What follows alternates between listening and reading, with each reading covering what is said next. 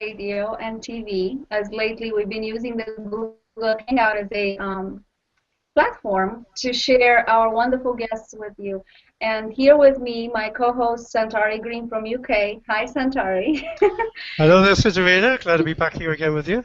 And here I am in Cincinnati with a new background, more happy, more flowery, as I moved in these past months. So it's been a sort of a roller coaster, intense journey. And here I am with a happy background to share with you. And then with me today and with Santari, we have a very wonderful guest, Zahra Lightway. Hi, Zahra. Hi, Cezarina. Hi, Santari. Thank you for having me. I have your website in front of me here on my iPad, and I wanted to just say a couple of things about your work. I'm so excited. I've known Zahra for about, I don't know, quite a few years, but I've never met her in person. Just like with Santari, I've known Santari for 3 years before I met him face to face last summer. So I get to form these beautiful relationships with visionaries and amazing global world changers, and then I get to meet them a little bit later. First, I get to meet them at a deep level, and then I meet them face to face. So it works that way for me. Zahra is actually in Asheville, North Carolina right now, and I'm in Cincinnati, and here we are bridging in the UK. We've got these three worlds we're bridging again today through our platform, our quantum creativity. I'm going to read a little bit about Zahra on her website, lightwayschools.org. She is known as the most sought-after designer of alternative, holistic education programs for children and for youth. She's famous for empowering parents to inspire their children to lead fulfilling lives and realize their full potential using existing resources within their own community and creating elite programs that no one can afford. So Zahra is... without creating elite programs. I think you said creating elite programs. So without creating the elite programs. I was that could be an important point. Yeah, and I'm going to make sure you can't afford it. That's our buzzword today, right? The elite programs. There you go. Yeah. It's our buzzword. We're going to probably ask you questions about. The quote is that you really love, and I also really enjoy sharing here. I'm going to read it. It's, children are not less intelligent nor less worthy of respect than adults. They are merely less experienced. And so here we are with you, Zahra, talking about a passion of mine as well, new education. And I know Santari is loving this topic as well. What could we do, and how do we birth these new visions, new paradigms of education right now in the world when it's so needed? I see you like to start with small questions, Cezarina. Yeah. So, there's not going to be just one way of birthing and bringing and doing new education. I think one of the underlying pieces for new education is this recognition that what we're really doing is creating a template that will allow for many, many, many different models and ways of doing it, but that perhaps have certain principles. So, for example, a principle of a new educational model would be that we're moving from externally driven curricula to internally, intrinsically motivated learning, right? So what that looks like in reality is that traditional education says, here's all this stuff you need to learn, and here's the exact day you need to learn it on, and we already know what you need for life, and that's what you're going to learn. Whereas new education is saying, maybe that worked for a while when there were many less possibilities in the world for who we are and what we can become. You know, when this type of education was designed, for example, women had two choices. They could stay at home and be married, or they could sell themselves, basically. You know, most of the time they didn't even have the right to own property. So the world has changed extensively, extremely. So to say there's this one thing you need to know doesn't make sense anymore. So in new education, what we say is, well, let's start with the person. Let's make this being based. Who is this about? Who are you? Let's find out who you are, find out your strengths, and help you learn and grow from that point forward, from your essence and your strengths. And again, the other system, I love it. A tutoring service director in Durango, Colorado once said to me, you know, Zahra, traditional education is excellent at finding out what we're not good at and making sure we do lots of that. And when she said it, I just sat there, and here I am being in education forever, and it had never occurred to me that that's exactly what we do. So moving into this space, this whole new space of bringing forth what's within rather than stuffing stuff in is just a brilliant piece. You know, people are going about this differently. There are people that are starting new schools and all kinds of different models of schools. And then there's people like me that did that and then found that perhaps people couldn't really afford a private school.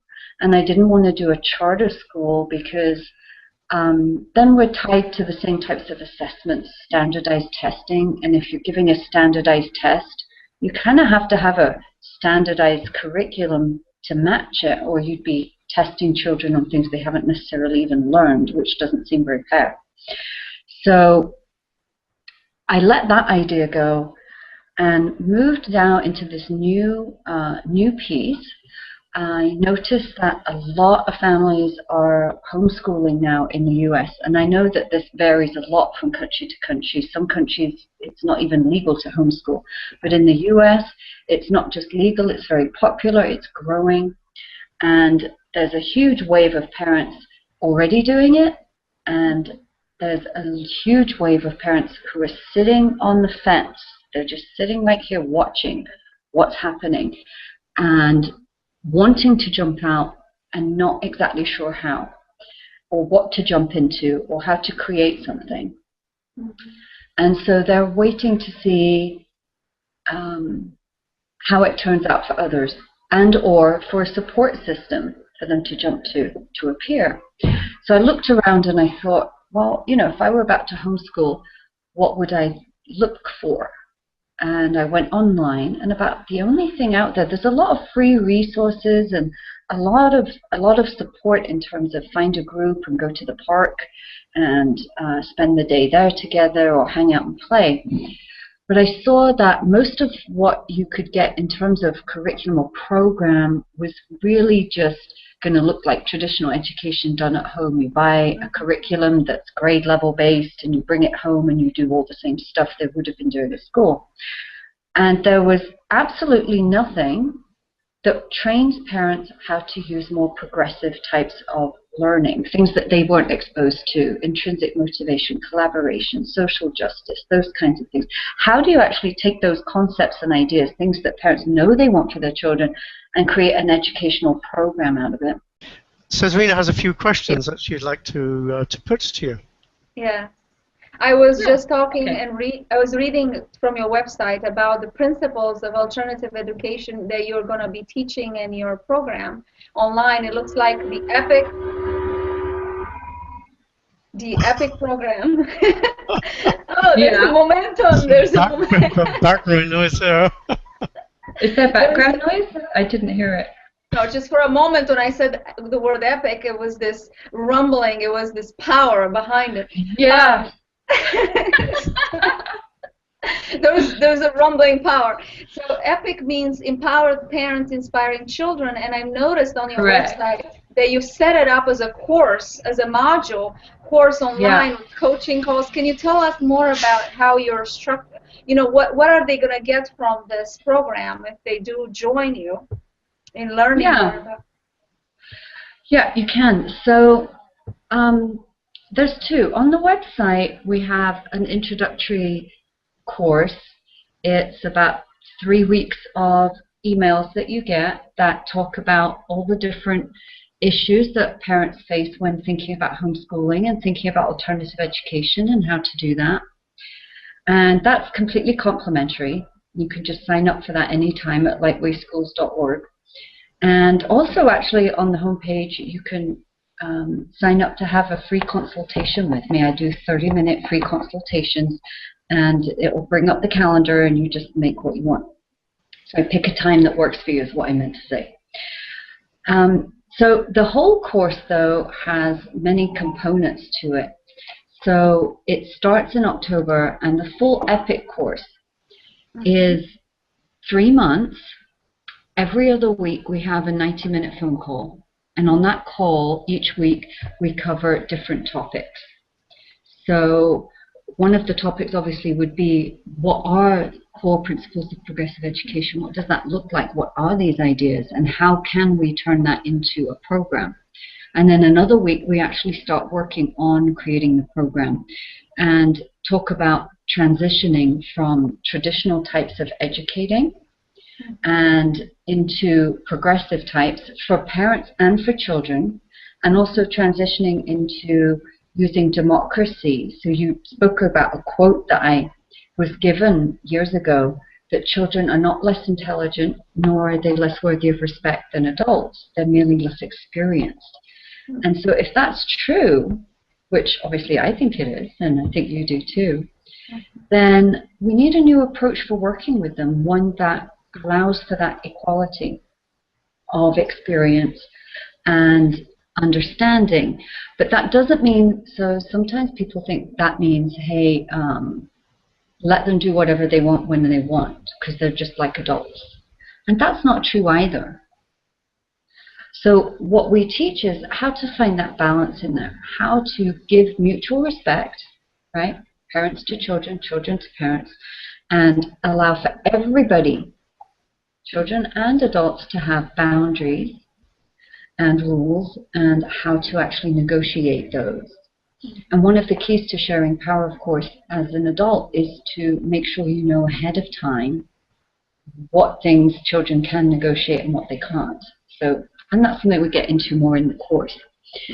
So we look at the principles of progressive education. We look at core principles of Lightway Schools models, and you can download both of those actually on the website. And we look at transitioning, and then we design a program together. So any community of parents, whether it's one parent or a group of 10, can sign up and take the course as one person, so to speak, as long as you're designing the same program. You also get to, if you want, start to work under our social profit 501c3, if that's useful. You can, once you've taken the course, you can use our logo, and it's just a really pretty logo. People like it, so they like the idea of being able to put that on their stuff and perhaps come under that umbrella. And then, okay, so every other week there's the phone call, and then in between you get to email us for more coaching. And then you also get all the materials, and let me see. So you get that. Yep, that's mostly, that's it. So the reason that we allow for 2 weeks in between calls is because there's a lot of homework. We're actually having you create your program as we go. And I'm just going to pull this up and tell you which page it's on, because you can go straight to the site and you can click on E.P.I.C at the top, and it gives you all the course modules. So I don't have that memorized, so let me I had opened that myself, yeah. If you go to lightwayschools.org, there's a tab up there called E.P.I.C, E.P.I.C, and you just click on that, and then I think the modules come up just right there. Yeah. I was just reading a little bit. And my question to you while you're pulling that up was, I was talking to Santari about this, is how do you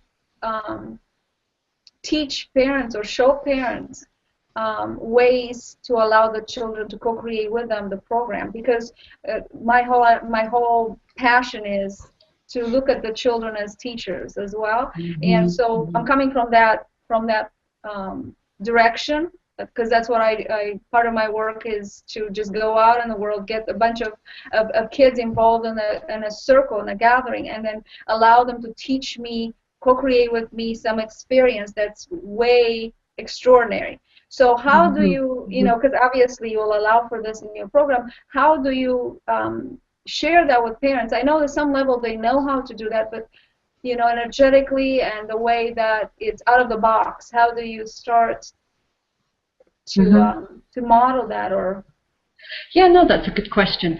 And just like in the picture you sent me last week, Cezarina, remember there is no box.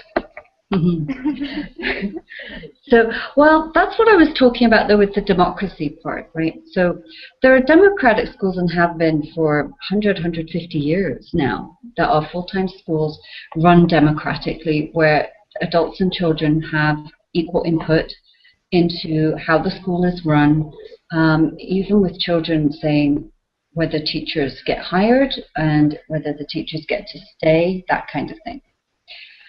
So we've taken a lot of those principles and translated that into how to do that at home, because obviously you're not hiring and firing teachers, but you are creating the environment. So it's a lot about how to come into circle, how to make agreements, how to share power. And then in terms of learning, co-creating units of study. So, you know, it's one thing to say, all right, we're going to teach you what you want to know, what you want to know. And then your child says, well, I want to learn about Egypt. And you're standing there as a parent going, great, excellent. Now, what do I do? Right? I'm not a teacher. I don't exactly know how to teach you about Egypt, where to go to find resources, how to turn that into lessons. What's that even going to look like? So we'll teach you how to sit with kids and say, all right, well, you know, tell me what you know about Egypt. And you might put that on a big paper on the wall and have them draw pictures or do whatever they want with it, just to show you what they already know. And then you might say, you know, okay, so now what do we want to know? Right? And I notice I changed to we because it's going to be your learning journey too as a parent. What do we want to know about Egypt? Da, da, da, da, da, da, da, and you're going to make another paper with all of that on it.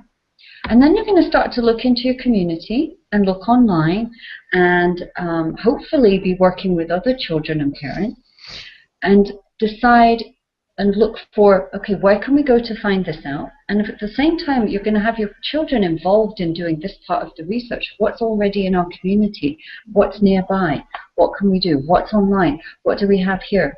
And start pulling all these different resources into a whole unit, or in educational, so what's called a unit of study that's interdisciplinary. And what that means is you're teaching and learning language and math and science and all of that kind of all at the same time, because they aren't actually really separate.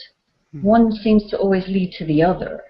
And part of new education is bringing back this idea and this knowing of all the topics being interrelated. You know, we really don't have to teach reading separately necessarily, because we can be reading about history and that's learning how to read. We can be reading about Egypt, that's practicing reading.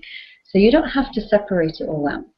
So we actually offer a template and a system, and during the workshops during the course we go through it, but then we're also going to be traveling during workshops where we sit down and actually guide you through, guide parents through a democratic circle and setting it up and doing that whole thing very interactively. And so like that would be one of the things we would do on a 90-minute call, is play role, or what do you call it? Role play, how to do democracy. Yeah. You made me smile because you made well, you said Egypt, and my mind went straight to, because I'm all about playfulness and magic, and Santari knows what I'm talking about, and so it reminded me that I have an Egypt for my creativity club with the children. I have an Egypt story where we literally, it's a little girl or a little boy, they decided themselves, they take a magic carpet from their bedroom and they fly through the window and they go all the way to Egypt, to the pyramids, and they have this whole amazing adventure. So yeah, I went to the memory of how we did that, and it was just yeah, it's just like that. That's exactly it. And see, you're such a playful, creative person anyway. It's easy for you to come up with that. And so, you know, when the parents start to do this and they do it with the kids will probably come up with ideas like that. Okay, well, I want to learn about it, but let's go there on a magic carpet. And so you'll just get a magic carpet or make one. We did that at my school in Houston. We did Egypt, and we wrapped each other up like mummies, and we built pyramids. And so our school day, and this is kind of what we teach in terms of having a model, because we encourage parents to have some kind of structure. They don't have to, but they can. Actually, encourage isn't the right word. We allow for that as well. You can definitely include structure in your day, in your progressive program. And at my school, we had more structured mornings, and then we just had unschooling or B time in the afternoons. And that was complete free time, yeah. And when we were doing Egypt, they got every block in an Egyptian city. That's amazing. It was amazing. They even researched which kind of animals would have lived in Egypt in that area at that time period, just because they wanted to make sure they put the right little plastic animals around. You know, that kind of stuff. I didn't tell them to do that. I didn't give them homework. Go and create build an Egyptian city, or make your Egyptian diorama thing, or whatever. They just were allowed to play, and because they chose what they wanted to learn about, then they took their play automatically into it, and that enables. See, one of the big things about play and physical activity, which doesn't really exist much in traditional schools at this point, is that it integrates that knowledge into the body. They're moving with the knowledge of it. They're thinking about it and moving at the same time. And I guarantee you, they remember it a lot more, and it just has more meaning. So that's the other part of progressive education, right, is to create, or not create, but keep the meaning in learning through relevancy, not just because they've chosen it, but because now what they're learning is relevant to them and to their world, and it becomes even more relevant as they take it into the realms of imagination and play. Yeah. So I've actually pulled up the whole course overview for E.P.I.C. I could just, no wonder I couldn't remember it all. It's like 10 different things, so I'll just tell you what it is, right? So you get... You'll be tested on it later. Thank you. You got a time for that. So you get, over the 3 months, you get 6 modules of study, and I'll tell you what they're called in a second. You get 5 90-minute live group coaching calls, so those are every other week. And then at the end of that, then we do Q&A for specific questions for you or your group if you're working with a group, which I highly recommend. I'm really hoping that we get lots of groups. You get full recordings of the live calls, and 6 email coaching sessions in between the calls. And then the last 90-minute call is what we're calling the E.P.I.C Roundup call. And that's where we've made space for anything and everything that we don't cover the first 5 weeks, things that are standing out for parents, questions and all of that, that will just tie everything together and answer those straggling questions, things that as you're implementing, questions come up, so it's an opportunity to get all that answered. Also, we'll be having guest speakers. So if you're part of E.P.I.C, you will be invited to listen to speakers who are parents, educators on a variety of different topics. You get to be included on our Lightway Schools website so that other parents in your area can find you to create more of this community. You get to be included, we'll tell people about you in our newsletter if you want, and you get to become a part of our Lightway family if you want to, and use our logo and our social profit status. So for example, there might be an opportunity for people to donate to your program, or either goods or services, and or maybe there's a little library grant or something. It just depends, but you would have that opportunity, but only for people that have actually taken our course. Yeah. And then so the course starts October 21st and it goes all the way through January 6th is the last one. And the modules are called, now the first one is Overcoming the Fear of Letting Go. So letting go of traditional education and moving into progressive education. Module 2 is Embracing Alternative Education, so understanding and what it is and how to do it easily. And Module 3 gets deeper into that and applying those principles to the program, and now we're really getting into program design. And then making the transition as a parent and into being a teacher. Module 5 is called Freedom to Choose Does Not Mean Anarchy. And the question is, does being alternative mean letting our children do whatever they want? And of course the answer to that is no. And in fact, someone said, with great freedom comes great responsibility. And I think if there's anything that surprises children the most once they start to use democracy and suddenly have all this power, it's how much responsibility they have as well. And what's amazing for adults, though, is to see how the children respond to that very, very well. In fact, I've seen children, for the most part, they're actually much stricter with each other than adults would be. If there's a rule, by God, the other kids are going to follow it. And that's it. You break the rule, that's it. Whereas we might be like, well, you know, this was going on and that was going on, and maybe you won't have to have that consequence this time, you know. The kids are like, nope, they broke the rule, that's it. They're excommunicated. Whatever it is that they've decided is the consequence for this rule. Yeah, it's very interesting. And then the last module is the roundup, where you go over and answer questions. Yeah. So you can read all of this on the website. It's right there. You can sign up for the mini course. You can sign up for a free consultation. And I don't know, Cezarina, maybe you want to tell folks about our workshop coming up in Cincinnati? I was going to ask you if I should, or if I could share this. Yeah. Zahra is traveling through Cincinnati on the 2nd and 3rd of September, and I'll be happy to hang out with her for a couple of days. She'll stay here, and then we will. Hold it there. Do you realize you said you met Santari last year after 3 years? This will be 3 years now for us. 11 to 14. Be. I was wondering how long this will be. Yeah. Excellent. I've got a routine going. I'm not aware it's happening, but every 3 years I meet someone that I'm finally ready to meet. That you've known forever. That I've known for I feel like I've known you know, eternally. I've known all of you. So from beyond time and space.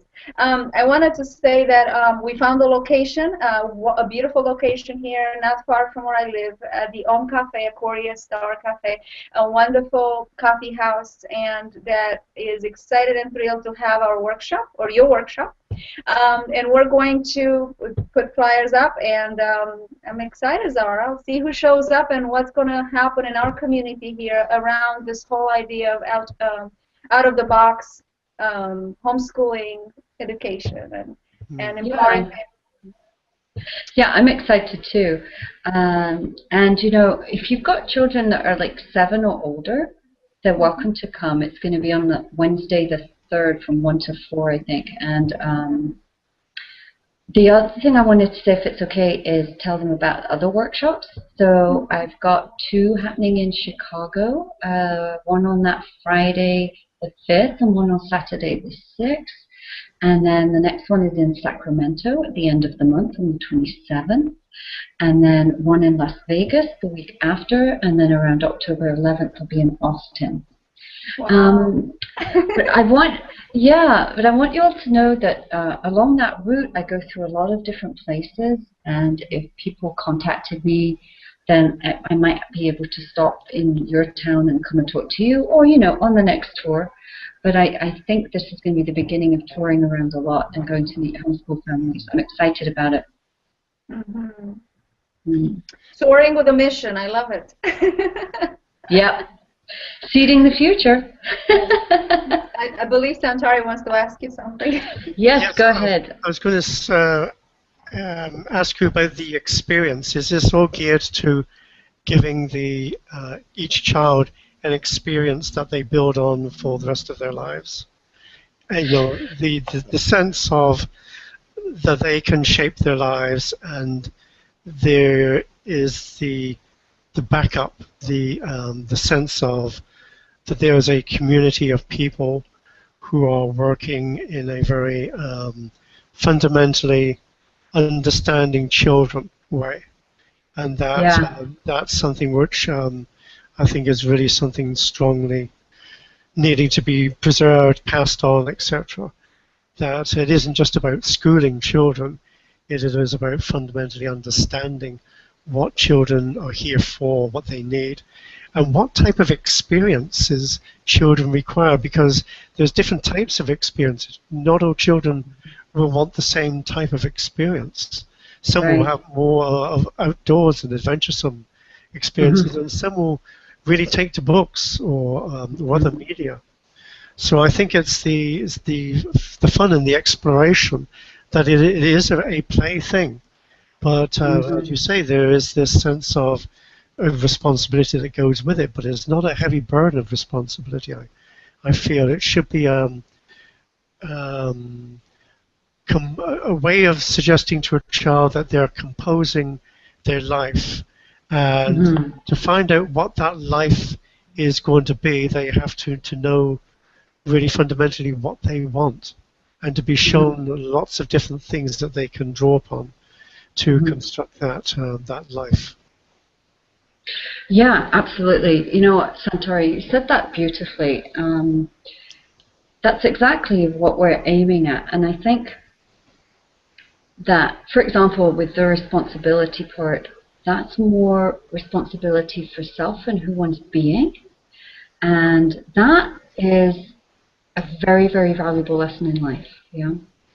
Is learning how to do that, how to own that, how to take responsibility for who you are and what you're doing and what's happening in your life, and how to shape your life. And so by providing our children choices throughout their lives, you know, why are we waiting till they're 18 to say, hey, now you can choose something? I mean, our system right now doesn't even let them choose when to go to the restroom, for goodness sake. And yet then we suddenly let them go at 18 and say, now, decide everything. Like, what? You know? So, and then the really important piece you said there was about children wanting and needing different experiences. And I wish I had more time here, but I do have to go. But so, just on that, I'll say that the beauty of what we're calling the Lightway model is that it allows for different children needs. So if you have a child that wants to be outside all the time, your program will be customized to them. The fact that they need that, and that's what we work with during E.P.I.C, is really making sure that whatever program is being created matches the people in the program. It's not anymore having systems that work for everybody, because it doesn't. It's about creating something that works for individuals. Right?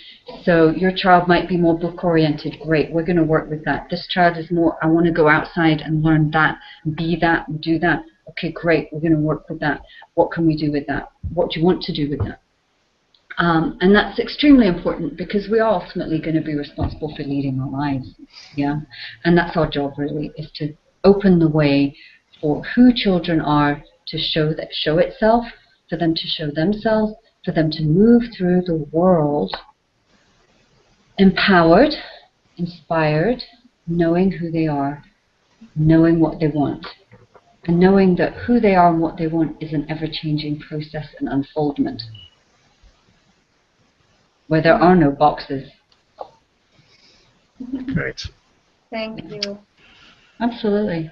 Thank you for having me. I love you both. Let's do this again. This is really fun. We'll do this again. There's so much more to talk about. There is. I think we just got started. Yeah. Yes, it's a long-running show. Yeah, I'm up for it. Whenever you are, you let me know. I'll be here. Okay, well, we look forward to hearing perhaps about your time with Cezarina, and what the outcome from that is on a future show. Okay, wonderful. Thank you so much. Thank you. That's it from us at the moment from the Quantum Creativity Show. So join us on another episode and we'll see where that takes us. But for this moment, goodbye from now. Goodbye. Bye. Bye.